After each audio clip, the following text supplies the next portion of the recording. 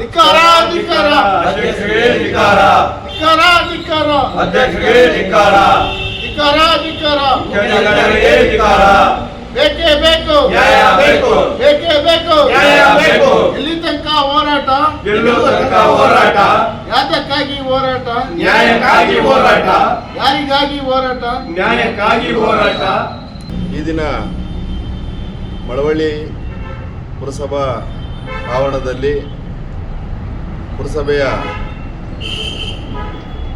ಆಡಳಿತದ ವಿರುದ್ಧ ಇವತ್ತೇನೋ ಕೆಲವು ನ್ಯೂನತೆಗಳಿತ್ತು. ಪುರಸಭಾ ಸದಸ್ಯರ ಹಕ್ಕುಚ್ಯುತಿಯಾಗಿತ್ತು.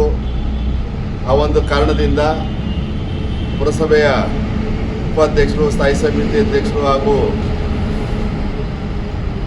ಎಲ್ಲ ಪುರಸಭಾ ಸದಸ್ಯರೊಡನೆ ಇವತ್ತು ಒಂದು ಪ್ರತಿಭಟನಾ ಧರಣಿಯನ್ನು ಮಾಡ್ತಾಯಿದ್ದೀವಿ. ಈ ಧರಣಿಯ ಉದ್ದೇಶವಾದರೂ ಇಷ್ಟೇ, ಏನು ಪುರಸಭೆಗೆ 15ನೇ ಹಣಕಾಸು ಯೋಜನೆಯಡಿಯಲ್ಲಿ 2,08,00,000 ಹಣ ಮಂಜೂರಾಗಿತ್ತು. ಈ ಒಂದು ಹಣ ಮಂಜೂರಾಗಿದ್ದಂಥ ಸಂದರ್ಭದಲ್ಲಿ ಆ ಒಂದು ಅನುದಾನಕ್ಕೆ ಕ್ರಿಯಾಯೋಜನೆಯನ್ನು ತಯಾರು ಮಾಡಿ ಜಿಲ್ಲಾಧಿಕಾರಿಗಳ ಅನುಮೋದನೆಗೆ ಕಳಿಸ್ಬೇಕಾಗಿತ್ತು. ಆ ಒಂದು ಕಾರಣದಿಂದ ದಿನಾಂಕ 19/5/2025 ಪುರಸಭೆಯ ಒಂದು ಸಾಮಾನ್ಯ ಸಭೆ ಕರೆದಿ 23 ಜನ ಸದಸ್ಯರು ಹಾಜರಿದ್ದಂಥ ಸಂದರ್ಭದಲ್ಲಿ ಅವತ್ತೇನೊಂದು ಮೀಟಿಂಗ್ ಅಜೆಂಡಾ ಕೊಟ್ಟಿದ್ದರು, ಸಭಾ ನಡವಳಿಕೆ ಇತ್ತು. ಅದರಲ್ಲಿ 7 ವಿಚಾರಗಳು ಈ ಒಂದು ಪುರಸಭೆಯ ಕಾಮಗಾರಿ ಕ್ರಿಯಾಯೋಜನೆಯನ್ನು ಒಳಗೊಂಡಂತೆ ಸುಮಾರು 7 ವಿಷಯಗಳನ್ನು ಆ ಒಂದು ಸಭೆಯಲ್ಲಿ ಮಂಡಿಸಿದಂಥ ಸಂದರ್ಭದಲ್ಲಿ ಅವತ್ತೇನು ನಮ್ಮ ಪುರಸಭೆಯ ಕಿರಿಯ ಇಂಜಿನಿಯರ್ ಆದಂಥ ನವೀನ್ ಕುಮಾರಿ ಅವರು ಪ್ರತಿ ವಾರ್ಡ್ಗೂ ನೀವು 3.5 ಲಕ್ಷದಂಗೆ ರಸ್ತೆ ಹಾಗೂ ಮೋರಿ ಕಾಮಗಾರಿಗಳನ್ನ ತುರ್ತಾಗಿ ಕೊಡಬೇಕು ಅಂತೇಳಿ ಅವರು ಎಲ್ಲ ಒಂದು ಸದಸ್ಯರಿಗೆ ಸಂದೇಶ ಕಳಿಸಿದರು. ಆ ಒಂದು ಸಂದೇಶನ ನೋಡಿ ಎಲ್ಲ ಸದಸ್ಯರು ಅವರ ಒಂದು ವಾರ್ಡ್ ವ್ಯಾಪ್ತಿಯಲ್ಲಿ ಏನೊಂದು ಮೂಲಭೂತ ಸೌಕರ್ಯನ ಕಲ್ಪಿಸಬೇಕಾಗಿತ್ತು. ಆ ಒಂದು ಕಾರಣದಿಂದ ಪ್ರತಿ ಸದಸ್ಯರು ಸಹ 3.5 ಲಕ್ಷಕ್ಕೆ ಅವರ ಒಂದು ವಾರ್ಡ್ ವ್ಯಾಪ್ತಿಯಲ್ಲಿ ಕಾಮಗಾರಿಗಳನ್ನು ಕಳಿಸಿದರು. ಆ ಒಂದು ಸಭೆಯಲ್ಲಿ ಅವರು ಯಾರ್ಯಾರು ಸದಸ್ಯರು ಆ ಒಂದು ಕಾಮಗಾರಿ ಕಳಿಸಿದ್ರು ಆ ಕಾಮಗಾರಿಗಳನ್ನ ಅದನ್ನು ಆ 7 ವಿಚಾರಗಳನ್ನು ಒಳಗೊಂಡಂತೆ ಸರ್ವಾನುಮತದಿಂದ ಎಲ್ಲ ವಿಚಾರಗಳು ಅಂಗೀಕಾರ ಮಾಡಿ ಅವತ್ತು ಜಿಲ್ಲಾಧಿಕಾರಿ ಕಚೇರಿಗೆ ಜಿಲ್ಲಾಧಿಕಾರಿ ಅವರ ಅನುಮೋದನೆಗೆ ಅವತ್ತೇನು ಕಳಿಸ್ಕೊಡ್ಲಾಗಿತ್ತು. ಅದನ್ನು ಏನು ಸಭಾ ನಡವಳಿಕೆ ಇದೆ ಆ ಸಭಾ ನಡವಳಿಕೆ ಬುಕ್ಕನ್ನು ಜಿಲ್ಲಾಧಿಕಾರಿಗಳಿಗೆ ಅನುಮೋದನೆಗೆ ಕಳಿಸಿದಂಥ ಸಂದರ್ಭದಲ್ಲಿ ಅವತ್ತು ಜಿಲ್ಲಾಧಿಕಾರಿಗಳು ಅದರಲ್ಲಿ ಕೆಲವು ಕಾಮಗಾರಿ ಪಟ್ಟಿಯಲ್ಲಿ ಒಂದು ಸಣ್ಣ ಪುಟ್ಟ ನ್ಯೂನತೆಗಳಿದೆ. ಆ ನ್ಯೂನತೆಗಳನ್ನ ನೀವು ಸರಿ ಮಾಡಿ ಮರುಪ್ರಸ್ತಾವನೆಯನ್ನು ಸಲ್ಲಿಸಬೇಕು ಅಂತೇಳಿ ಜಿಲ್ಲಾಧಿಕಾರಿಗಳ ಕಚೇರಿಯಿಂದ ಕಳಿಸಿದ್ರು. ಆ ಒಂದು ಸಂದರ್ಭದಲ್ಲಿ ಅದು ಒಂದು ಆಫೀಸಿಗೆ ಸಂಬಂಧಪಟ್ಟ ವಿಚಾರಗಳು. ಕೆಲವು ಕಾಮಗಾರಿಗಳು ಈಗ ಒಂದು ಯಾವುದೋ ಒಂದು ವಾರ್ಡು, ಒಂದು 7ನೇ ವಾರ್ಡು, ಅಲ್ಲಿ ಇಂಥವ್ರ ಮನೆಯಿಂದ ಇಂಥವ್ರ ಮನೆ ತನಕ ಅಂದ್ಬಿಟ್ಟು ಹಾಕಿರಲಿಲ್ಲ. 7ನೇ ವಾರ್ಡ್ ವ್ಯಾಪ್ತಿಯಲ್ಲಿ ಅವಶ್ಯಕತೆ ಇರುವ ಕಡೆಗೆ ರಸ್ತೆ ಅಥವಾ ಚರಂಡಿ ಕಾಮಗಾರಿಯನ್ನು ನಿರ್ವಹಿಸುವುದು ಅಂತ ಕೊಟ್ಟಿದ್ರು. ಅದನ್ನೆಲ್ಲ ಸರಿಪಡಿಸಿ ನೀವು ವಾಪಸ್ ಕಳಿಸ್ಬೇಕು ಅಂದ್ಬಿಟ್ಟು ಜಿಲ್ಲಾಧಿಕಾರಿಯವರು ಆ ಒಂದು ಅನುಮೋದನೆಯನ್ನು ಮರುಪ್ರಸ್ತಾವನೆಗೆ ಸಲ್ಲಿಸಿ ನೀವು ಅಂತ ಅಂದ್ಬಿಟ್ಟು ಕಳಿಸಿದ್ರು. ಅದು ಒಂದು 25/6 ಜಿಲ್ಲಾಧಿಕಾರಿ ಕಚೇರಿಯಿಂದ ವಾಪಸ್ ಬಂತು. ಅದನ್ನು ಮತ್ತೆ ಯಾವುದೇ ಒಂದು ಸಭೆ ಮಾಡದೆ ಒಂದು ಘಟನೋತ್ತರ ಮಂಜೂರಾತಿನೂ ತಗೊಳ್ಳದೆ 23 ಜನ ಪುರಸಭಾ ಸದಸ್ಯರೇನಿದ್ದಾರೆ 23 22 ಸದಸ್ಯರಿಗೂ ಈ ಒಂದು ವಿಚಾರನ ತಿಳಿಸ್ದೆ.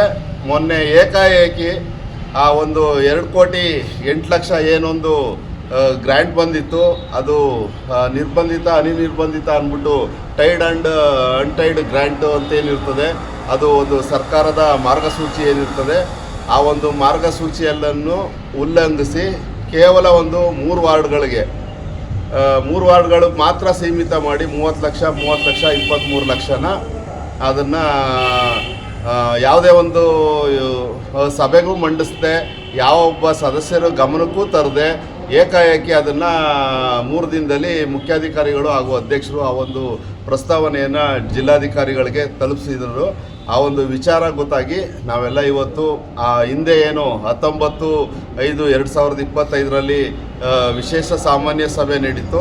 ಆ ಸಭೆಯಲ್ಲಿ ಏನು ನಿರ್ಣಯ ಆಗೈತೆ, ಆ ಒಂದು ಕಾಮಗಾರಿಗಳು, ಆ ಒಂದು ಸಭಾ ನಡವಳಿಕೆ ಏನಾಗಿತ್ತು ಅದನ್ನೇ ಮಂಜೂರು ಮಾಡಬೇಕು ಅಂತೇಳಿ ಜಿಲ್ಲಾಧಿಕಾರಿಗಳನ್ನ ಒತ್ತಾಯಿಸ್ತಾ ಜಿಲ್ಲಾಧಿಕಾರಿಗಳು ಈ ಕೂಡಲೇ ಸ್ಥಳಕ್ಕೆ ಬಂದು ನಮ್ಮ ಬೇಡಿಕೆ, ನಮ್ಮ ಸಮಸ್ಯೆ ಏನೈತೆ ಈ ಒಂದು ಸಮಸ್ಯೆನ ಬಗೆಹರಿಸ್ಬೇಕು ಅಂತೇಳಿ ಇವತ್ತು ನಾವೆಲ್ಲ ಈ ಒಂದು ಪುರಸಭೆಯ ಮುಂಭಾಗ ಧರಣಿ ಮಾಡ್ತಾಯಿದ್ದೀವಿ. ಈ ಒಂದು ಹೋರಾಟ, ಈ ಒಂದು ಸಮಸ್ಯೆನ ಬಗೆಹರಿಯೋ ತನಕ ನಾವು ಈ ಒಂದು ಹೋರಾಟನ ಮುಂದುವರಿಸ್ತೀವಿ ಅಂತ ಹೇಳಿ. ಇಲ್ಲ ಸರ್, ಅವರು ಯಾವುದೇ ನಾವು ಏನೇ 23 ಜನ ಸದಸ್ಯರುಗಳಿಗೂ ಹಾಗೂ ಸಾರ್ವಜನಿಕರಿಗೂ ಏನೇ ಒಂದು ನಾವು ಆಹ್ವಾನ ಹೇಳಿದ್ರೆ ನಮ್ಮ ಆಹ್ವಾನಿಗೆ ಅವರು ಸ್ಪಂದಿಸ್ತಾ ಇಲ್ಲ. ಅವರೇ ಏಕ ನಿರ್ಣಯ ತಗೋಬೇಕು ಅನ್ನುವಂಥ ದುರಾಸೆ ಅವ್ರದ್ದು. ಅಂದರೆ ಸರ್ವಾಧಿಕಾರಿ ರೀತಿ ವರ್ತಿಸ್ತಾ ಇದ್ದಾರೆ ಅವರು. ಹೌದು ಸರ್, ಸರ್ವ ರೀತಿಯಿಂದ ಅವರು ವರ್ತಿಸ್ತಾ ಇರೋದು. ಈಗ ಮುಖ್ಯಾಧಿಕಾರಿಗಳು ಏನು ಹೇಳ್ತಾರೆ ಈ ವಿಚಾರದ ಬಗ್ಗೆ? ಮುಖ್ಯ ಅಧಿಕಾರಿಗಳು ಅವ್ರ ಜೊತೆಲಿ, ಅಧ್ಯಕ್ಷರ ಜೊತೆಲಿ ಅವರು ಶಾಮೀಲಾಗಿದ್ದಾರೆ. ಅವರು ಸುಧಾ ಯಾವುದೇ ನಾವು ಪುರಸಭೆ ಮಾಹಿತಿ ಈಗ ಮೊನ್ನೆನೇ ಕೇಳ್ದೋ, ಇದು 15ನೇ ಹಣಕಾಸು ಬಗ್ಗೆಗೆ ಯಾವ್ಯಾವ ರೀತಿ ಕಳಿಸಿದ್ದೀರಿ ಅದು ಕೊಡಿ ಅಂದರೆ ಅಲ್ಲಿ ಅವ್ರದ್ದು ಐತೆ, ಅವ್ರ ರಜೆ ಐತೆ, ಇವ್ರ ರಜೆ ಐತೆ ಅಂತ ಏನೇನೋ ಕಾರಣ ಹೇಳ್ತಾರೆ. ನಮ್ಗೆ ಯಾವುದೇ ಮಾಹಿತಿಯನ್ನು ಕೊಡಲ್ಲ. ಅಂದರೆ ನಿಮ್ಮ ಕಷ್ಟ ಸುಖಗಳಿಗೆ ಸ್ಪಂದಿಸಬೇಕಾಗಿದ್ದಂಥ ಅಧ್ಯಕ್ಷರು ಇವಾಗ ನಿಮ್ಮ ವಿರುದ್ಧವಾಗೇ ಇದ್ದಾರೆ. ಇವಾಗ ಹೌದು, ನಮ್ಮ ವಿರುದ್ಧವಾಗೇ ಇದ್ದಾರೆ. ಅದಕ್ಕೆ ಕಾರಣ ಏನಪ್ಪ ಅಂದರೆ ಇವರು ಅಧ್ಯಕ್ಷರು ಇದರಿಂದ ಯಾವುದೇ ಸಾರ್ವಜನಿಕರಿಗೂ ಇವರು ಸ್ಪಂದಿಸ್ತಾ ಇರೋ ರೀತಿಯಿಂದ, ಯಾವುದೇ 23 ವಾರ್ಡ್ ಸದಸ್ಯರಿಗೂ ಸ್ಪಂದಿಸ್ತಾ ಇರೋ ರೀತಿಯಿಂದ ನಾವು ಅವಿಶ್ವಾಸ ನಿರ್ಣಯ ತಂದಿದ್ದೀವಿ. ಅದಕ್ಕೋಸ್ಕರ ಇವರು ಈ 15ನೇ ಹಣಕಾಸನ್ನು ಅವರೇ ಸ್ವಂತ ದುಡ್ಡು ಅಂತಕ್ಕಂದು ಸರ್ಕಾರದ ದುಡ್ಡಲ್ಲ ಅಂತ ತಿಳ್ಕೊಂಡು ಅವರು ಎಲ್ಲನೂ ಅವರು ನಿರ್ಣಯದಿಂದಲೇ ಮಾಡ್ಕೊಂಡಿದ್ದಾರೆ. ಅವ್ರ ವಾರ್ಡ್ಗೆ ಹೆಚ್ಚಿನ ಅನುದಾನನ ಪಡ್ಕೊಂಡಿದ್ದಾರೆ. ಅಂದರೆ ಪಕ್ಷಪಾತ ಧೋರಣೆ ಅನುಸರಿಸ್ತಾ ಇದ್ದಾರಾ? ಹೌದು. 23 ವಾರ್ಡ್ಗೂ ಆ ಸಭೆಯಲ್ಲಿ ನಿರ್ಣಯ ಆಗಿ ನೇಮಪರ್ಕು ಎಲ್ಲನೂ ತಗೊಂಡು ಈಗ ಈ ರೀತಿ ಮಾಡ್ತಾವ್ರೆ ಅಂದರೆ ಇವ್ರದ್ದು ನಾವೇ ಅಧಿಪತಿ ಅನ್ನೋ ಧೋರಣೆಯಿಂದ ಇವರು ಮುಂದುವರಿತಾರೆ. ಮುಂದಿನ ಏನು ನಿಮ್ಮ ನಿರ್ಧಾರ ಏನು? ನಮ್ಮ ನಿರ್ಣಯ ಏನೂ ಇಲ್ಲ. ಏನು ಸಭೆಯಲ್ಲಿ ನಿರ್ಣಯ ಆಗಿತ್ತು, ಅಧಿಕಾರಿ ನೇಮಕವರ್ಕ್ ಹೆಂಗೆ ತಗೊಂಡಿದ್ರು, ಇವರೇ ಅಧ್ಯಕ್ಷರೇ ಮೀಟಿಂಗ್ ಕರೆದು ಅಧ್ಯಕ್ಷತೆಯಿಂದ ನಡೆದಿರೋದು, ಅದೇ ನಿರ್ಣಯ ಆಗಬೇಕು. ಅದಾಗಲಿಲ್ಲ ಅಂದರೆ ನಾವು ಈ ಧರಣಿನ ಮುಂದುವರಿಸ್ತೀವಿ. ಜಿಲ್ಲಾಧಿಕಾರಿಗಳು ಇದು ಬಂದು ನಮಗೆ ನ್ಯಾಯ ಕೊಡಬೇಕು ಅಂತ ಹೇಳ್ತಾರೆ. ಬಂಗಾರಪೇಟೆ ಪಾನಿಪುರಿ, ಚಾಟ್ಸ್ ಮತ್ತು ಅರುಣ್ ಐಸ್ ಕ್ರೀಮ್ ತಂಪು ಪಾನೀಯಗಳು ಶುಚಿ ರುಚಿಗೆ ಮತ್ತೊಂದು ಹೆಸರು, ಒಮ್ಮೆ ಭೇಟಿ ಮಾಡಿ.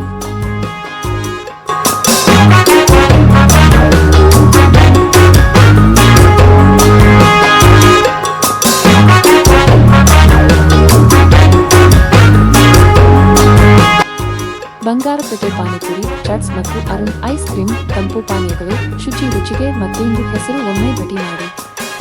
25-26ನೇ ಸಾಲಿನ 15 ಹಣಕಾಸು ಯೋಜನೆಯಲ್ಲಿ ಈ ಕ್ರಿಯಾಯೋಜನೆ ಮಾಡಬೇಕು ಅಂತ ನಮ್ಮ ಮಾನ್ಯ ಅಧ್ಯಕ್ಷರೇ ಈ ತುರ್ತು ಸಭೆಗೆ ಹೋಗಿ ನಮ್ಮ ಹತ್ರ ಎಲ್ಲ ಲೆಟ್ರ್ ತಗೊಂಡು ಅನುಮೋದನೆ ಮಾಡಿ, ಈಗ ಅದನ್ನ ಅನುಮೋದನೆ ಆಗಿ DC ಅವರು ಕಳಿಸ್ಕೊಟ್ಟಿದ್ದನ್ನ ಪುನಃ ಅವರು ಪರಿಶೀಲಿಸಿ ಕೊಡಿ ಅಂತ ಕೇಳಿದ್ರು ಇವರು ಏಕಪಕ್ಷೀಯ ನಿರ್ಧಾರ ತಗೊಂಡು ನಮ್ಮ ಸದಸ್ಯರುಗಳು ವಾರ್ಡ್ಗಳಿಗೆ ಎಲ್ಲ ವಾರ್ಡ್ಗಳಿಗೂ ಅನುದಾನಗಳನ್ನ ಕೊಟ್ಟಿದ್ರೆ ನಾವು ಚುನಾವಣೆಯಲ್ಲಿ ಈ ಕೊಟ್ಟಿರುವಂಥ ನಮ್ಮ ಜನ ಓಟ್ ಹಾಕಿರೋದನ್ನ ನಾವು ಮಾಡಿ ಅಲ್ಪ ಸ್ವಲ್ಪ ಕಾರ್ಯಕ್ರಮಗಳು ಮಾಡಿ ಅವ್ರನ್ನ ನ್ಯಾಯ ಕೊಡ್ಬೋದಾಯಿತು. ಆದರೆ ಇವರು ನಮ್ಮ ವಾರ್ಡಲ್ಲಿ ನಮ್ಮ ಅಭಿವೃದ್ಧಿ ಕಾರ್ಯಗಳು ಮಾಡದೇ ಇರೋದನ್ನ ಇವರೇ ತಡೆದಿದ್ದಾರೆ. ಅದರಿಂದ ಡಿ ಸಿ ಅವರು ಇದನ್ನ ಕ್ರಮ ಕೈಗೊಂಡು ಇದನ್ನ ಇದು ಮಾಡಬೇಕು ಅಂತ ಕೇಳ್ಕೊತೀವಿ. ಸರ್, ಏನು ಒಂದು 23 ವಾರ್ಡಿನ ಸದಸ್ಯರ ಒಂದು ಸಮ್ಮತಿಯಿಂದ ತೆಗೆದುಕೊಂಡಂಥ ಒಂದು ನಿರ್ಧಾರನ ಅವರು ಬದಲಿಸಿರೋ ಕಾರಣಕ್ಕೋಸ್ಕರ ನೀವು ಒಂದು ಪ್ರತಿಭಟನೆ ಮಾಡ್ತಾ ಇದ್ದೀರಾ? ಹೌದು ಸರ್. ಈಗ ಅವರು ಏನು ಮಾಡಿದ್ದಾರೆ ಅಂದರೆ 3 ವಾರ್ಡ್ಗೆ ಮಾತ್ರ ಸೀಮಿತ ಇಟ್ಕೊಂಡಿದ್ದಾರೆ. ಕೆಲವು 83 ಲಕ್ಷ 7,08,00,000 ಅನುದಾನನ 15ನೇ ಹಣಕಾಸನ್ನ ಇವ್ರು ಏನಿದ್ರು 3 ವಾರ್ಡ್ಗೆ ಮಾತ್ರ ಸೀಮಿತ ಇಟ್ಕೊಂಡಿದ್ದಾರೆ. ಯಾವ್ಯಾವ ವಾರ್ಡ್ ಅದು? ಅದು 4ನೇ ವಾರ್ಡು 30 ಲಕ್ಷ, 7ನೇ ವಾರ್ಡ್ಗೆ 30 ಲಕ್ಷ, 10ನೇ ವಾರ್ಡ್ಗೆ 23 ಲಕ್ಷ. ತುರ್ತು ಸಮಸ್ಯೆ ಇರುವಂಥ ನಮ್ಮ ಕುರುಬರ ಹಾಸ್ಟೆಲ್ ರೋಡು 5ನೇ ವಾರ್ಡಲ್ಲಿ ಅರ್ಧ ಕಾಂಕ್ರೀಟ್ ಆಗಿದೆ, ಅರ್ಧ ಕಾಂಕ್ರೀಟ್ ಆಗಿಲ್ಲ. 4ನೇ ವಾರ್ಡು 5ನೇ ವಾರ್ಡು ಮಧ್ಯೆ ಇರುವಂಥ ರಸ್ತೆ ಅಲ್ಲಿ ಇವರು ತಿರುಗಾಡಕ್ಕಾಯ್ತಾ ಇಲ್ಲ. ಜನ ಸ್ಕೂಲ್ಗೆ ಹೋಗೋ ಮಕ್ಕಳು, ಸಾರ್ವಜನಿಕರು ಎಲ್ಲ ಬೀಳ್ತಾವ್ರೆ. ಮೊಂಡ್ ರಸ್ತೆ ಅದನ್ನ ಕಾಂಕ್ರೀಟ್ ರಸ್ತೆ ಮಾಡಿ ಅಂತ ನಾವೆಲ್ಲ ಲೆಟರ್ ಎಲ್ಲ ಕೊಟ್ಟು ಇದು ಮಾಡಿದ್ರೆ ಇವ್ರು ಏಕೆ ಅವ್ರು ಯಾವ ವಾರ್ಡ್ಗೆ ಬೇಕು ಅಧ್ಯಕ್ಷರು ಸ್ವತಂತ್ರವಾಗಿ ಅವ್ರ ವಾರ್ಡ್ಗೆ ಮಾತ್ರ 30 ಲಕ್ಷ ಹಾಕೊಂಡವ್ರೆ. ನಮ್ಮ ವಾರ್ಡ್ಗಳಿಗೂ ಒಂದು 10 ಲಕ್ಷ 5 ಲಕ್ಷ ಹಾಕಿದ್ರೆ ತುರ್ತು ಸಮಸ್ಯೆ ಇರುವಂಥವ್ರು ಎಲ್ಲ ಸದಸ್ಯರಿಗೂ ಇದಾಗ್ತಿರ್ಲಿಲ್ವಾ? ಅಧ್ಯಕ್ಷರೇ ಇವರು ದುರುಪಯೋಗ ಪಡಿಸ್ಕೊಂಡ್ರೆ ಬೇರೆ ಸದಸ್ಯರುಗಳು ಏನು ಇದು ಮಾಡೋದು? ಅಂದ್ರೆ ಒಂದ್ ಕಣ್ಣಿಗೆ ಸುಣ್ಣ, ಒಂದ್ ಕಣ್ಣಿಗೆ ಮಾಡ್ತಾರೆ. ಹಂಗೆ ನಾವು ಅಧ್ಯಕ್ಷಗಿರಿ ನಮ್ದು ಅಧ್ಯಕ್ಷರು ನಾವು ಹೆಂಗ್ ಬೇಕಾದ್ರೂ ಮಾಡ್ಕೋಬೋದು ಅನ್ನೋ ಲೆಕ್ಕಾಚಾರದಲ್ಲಿ ಇವರು ಮಾಡ್ಕೊಂಡವ್ರೆ. ಸರಿಸಮವಾಗಿ 23 ಜನ ಸದಸ್ಯರಿಗೂ ಸಮನ್ಮಟ್ಟವಾಗಿ ಇದು ಮಾಡ್ಬೇಕಲ್ವ ಇವರು ಅಧ್ಯಕ್ಷರಾದವರು. ಎಲ್ಲರನ್ನೂ ವಿಶ್ವಾಸಕ್ಕೆ ತಗೋಬೇಕು. ಅವ್ರು ಇಷ್ಟ ಬಂದವ್ರು ವಾರ್ಡ್ಗೆ ಹಾಕೋಬಿಟ್ರೆ ITI ಕಾಲೇಜು ನಮ್ಮ ಇದಕ್ಕೆ ಬರಲ್ಲ. ಅವರು ITI ಇದರಿಂದ ಹಾಕ್ಸ್ಕೊಳ್ಳಿ ಬಿಡಿ, 30 ಲಕ್ಷ ತಗೋಗಲ್ಲಿ ಹಾಕೋರಲ್ಲ. ನಮ್ಮ ತುರ್ತು ಸಮಸ್ಯೆ ತಿರ್ಗಾಡ ರಸ್ತೆ ಇಲ್ವಲ್ಲ ಸ್ವಾಮಿಯಲ್ಲಿ. ಸಾರ್ವಜನಿಕರು ನಮ್ಮನ್ನ ಏನಂತ ನಮ್ಮ ಆಯ್ಕೆ ಮಾಡಿದಂಥ ಜನತೆ ಏನಂತಾರೆ? ಬೀಳ್ತಾ ಇದ್ದಾರೆ. ಸ್ಕೂಲ್ಗೆ ಹೋಗೋ ಮಕ್ಕಳು, ವಯಸ್ಸಾದವರು ಸ್ಕೂಟ್ರಲ್ಲಿ ಬಿದ್ದಿದ್ದಾರೆ, ತಿರ್ಗಾಡೋಕ್ಕಾಗ್ತಾ ಇಲ್ಲ ಅಂತ ಹೇಳಿ ಇದನ್ನ ನಮ್ಮ ಜಿಲ್ಲಾಧಿಕಾರಿಗಳು ಸ್ಥಳ ಪರಿಶೀಲನೆ ಮಾಡಿ ಇಲ್ಲಿ ಈಗ ಕೆಲಸ ತುರ್ತುವಾಗಿದೆಯಾ ಅಂತ ಕೆಲ್ಸಗಳಿಗೆ ಹಾಕಿ ಅನ್ನೋದನ್ನ ಕೆಲಸ ಮಾಡಲಿ. ಇವರು ಚೆನ್ನಾಗಿರೋ ರೋಡ್ಗಳಿಗೂ ತಗೋ ಹಾಕಂದ್ರೆ ಏನು ಮಾಡೋದು?